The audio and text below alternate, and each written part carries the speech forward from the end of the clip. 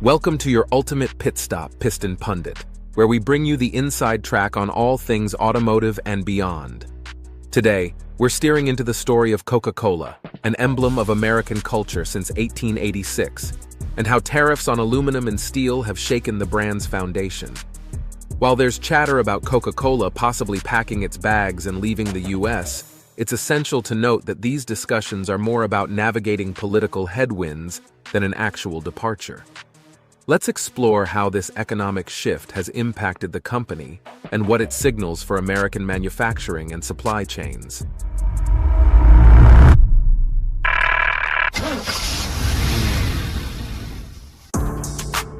Coca-Cola's enduring American spirit faces new challenges. Coca-Cola's bright red and white logo has been a staple in American households for decades, but today, it's confronting an identity crisis of sorts. The Trump administration's 25% tariffs on imported aluminum and steel have hit the beverage giant hard, forcing a rethink on how it packages its iconic drinks. With aluminum cans becoming pricier, Coca-Cola is weighing the shift to PET plastic bottles, an option that may save on costs, but fuels the ongoing debate about environmental responsibility. CEO James Quincy has hinted at this packaging pivot, underscoring the balancing act between financial prudence and ecological stewardship. While this move might patch up some short-term cost concerns, it's not without controversy, especially for a brand already under scrutiny for its environmental footprint. These developments underscore the broader tension facing multinational corporations, balancing national economic policies with global supply chains and environmental expectations. Coca-Cola's next steps will shape not just its brand image, but the public's perception of what it means to be an American icon in a shifting economic climate. Now let's see how these challenges ripple through Coca-Cola's supply chain in our next chapter. Tariffs disrupt the supply chain and spark strategic shifts. The 25% tariff on imported aluminum, much of which Coca-Cola sources from Canada, has triggered a cascade of supply chain complications. Aluminum, essential for the lightweight, corrosion-resistant beverage cans we all recognize, has become a hot commodity with an equally hot price tag. In a bid to curb these surging costs, Coca-Cola is exploring domestic sourcing options or turning to countries not subject to the tariffs. Yet these workarounds only go so far. The company is also rethinking its packaging choices with an increased focus on PET plastic bottles. While cheaper, these bottles are often less recyclable, raising environmental alarms. Beyond aluminum, Coca-Cola's supply chain has felt the sting in other ways. Key ingredients like sweeteners and flavorings, which come from Latin America and Asia, now face a more uncertain trade environment. This unpredictability has complicated the brand's efforts to maintain steady production and consistent pricing, adding an extra layer of turbulence to an already bumpy ride. Before we navigate further, hit that like and subscribe button to join the conversation. Here at Piston Pundit, we're tracking how global policies, trade wars, and environmental shifts impact not just cars, but the companies and communities behind them. With the supply chain challenges mapped out, let's transition to how Coca-Cola is restructuring its US operations. Plant closures and the asset-right strategy. In a move to streamline operations and adapt to the new economic reality, Coca-Cola has embraced what it calls an asset-right strategy. This involves focusing on core brand management while outsourcing much of its bottling operations to third-party partners. One of the more somber notes in this shift was the announcement of the closure of the American Canyon bottling plant in Napa County, California. By June 30th, 2025, 135 jobs will vanish as production shifts to a third-party co-packer nearby. This closure isn't an isolated case. Coca-Cola has also trimmed down its global footprint, discontinuing around 200 underperforming brands and laying off roughly 2,200 employees worldwide as part of its post-pandemic cost-cutting measures. It's a leaner, more flexible Coca-Cola, but one that raises tough questions about job security and local economic health.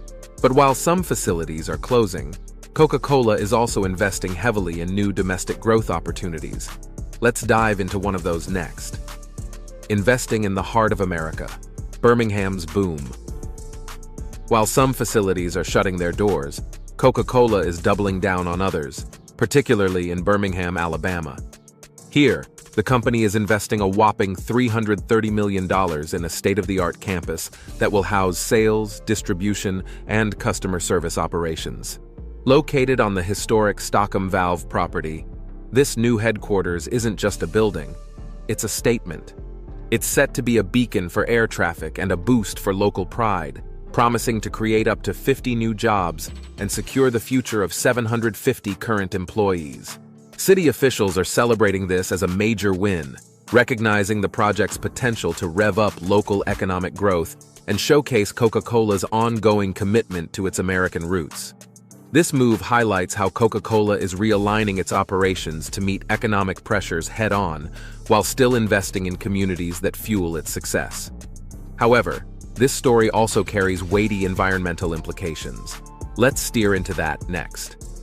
Environmental ripple effects of packaging choices. Coca-Cola's pivot from aluminum cans to PET plastic bottles, fueled by the sting of tariffs, casts a long shadow over its environmental footprint. Aluminum cans, being lightweight and highly recyclable, have long been a more eco-friendly choice. However, with rising aluminum costs, the company is leaning into plastic, a move that stirred up quite a debate. Environmental groups have already fired a salvo, calling out Coca-Cola's heavy reliance on plastic, a material notorious for pollution and ocean waste. In response, the company has tried to counter the backlash with promises of recycling initiatives and waste reduction strategies. But let's face it, these efforts often feel like trying to put a dent in a massive oil barrel of plastic waste. For consumers who are increasingly savvy and eco-conscious, this packaging shift can't just be about cost savings, it's also about responsibility. As Coca-Cola navigates this change, the real question is, can they maintain their bottom line while genuinely stepping up their sustainability game? This leads us to the broader challenge. How do companies balance domestic policies with global operations? Let's explore that next. The tug-of-war between globalization and domestic policy.